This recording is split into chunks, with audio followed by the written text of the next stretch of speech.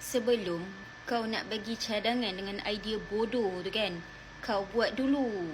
Kau naik basikal dulu, jangan suruh rakyat. Kau suruh rakyat naik basikal pergi kerja. Sebab nak jimatkan penggunaan petrol dan juga diesel. Lepas tu kau naik kereta, sedap-sedap naik kereta. Yelah, kau mana duduk kat tempat rakyat. Kau tak duduk dekat kasut rakyat. Kau tak rasa keperitan yang rakyat lalui. Sebab apa? Kau boleh lah kan. Kau rasa susah sikit, kerajaan ada. Kan?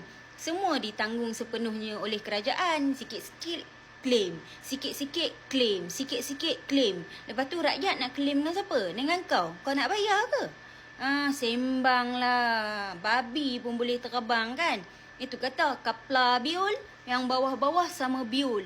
Menteri-menteri cacat otak. OKU otak. Ada ke patut? Kau janganlah compare Malaysia dengan negara luar. Kita tengok Malaysia ni ada berapa monsun. Tahu tak? Kena pula dengan sekarang ni cuaca sekarang ni musim kemarau panas berdonting ni, kau nak suruh rakyat naik basikal. Hangguk engkau. Engkau naik kereta. Punya bajang perangai kan? Kalau 1 kilometer, 2 kilometer, kalau sehari 10 kilometer nak kayuh basikal yang godang-godang semua jadi macam aku. Kau tahu tak? Apalah kau ni lepas tu nak sampai tempat kerja tu kan, semuanya bau bangla. Kau tahu tak? Bau bangla. Esok adalah dalam satu office tu kena stroke. Bukan stroke apa, stroke bau ketiak. Kau tahu tak? Apa punya bodoh lah engkau ni. Dengan cuaca sekarang ni, dengan kemarau, kau suruh rakyat naik basikal. Kau sedap lah bagi idea bangang kau tu. Tak faham lah aku. Kau buat dulu. Kau pergi kerja naik basikal. Lepas tu baru rakyat follow. Bajang punya menteri. Lepas tu, yang mana rakyat-rakyat yang ada komitmen kena bayar installment kereta tu kan. Korang pergi claim dekat dia. Kan. Dia boleh lah semua benda dia boleh claim kat kerajaan.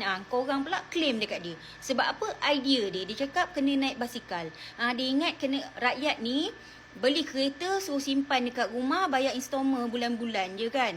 Lepas tu kereta tu parking dalam garaj rumah tu tak bayar installment kan. Cakap macam orang bangang. Semua benda kau kenakan atas kepala rakyat kan. Semua kena cukai. Nak servis kereta kena cukai, insurans kena cukai. Lepas tu tak tahu macam mana nak mentadbir, tak tahu macam mana nak solve masalah. Bagilah idea bodoh, idea bangang kan. Naik basikal. Lepas tu installment kereta yang tersadai tu siapa nak bayar? Bapak engkau bayar. Bodoh. Memang betul-betul bodoh.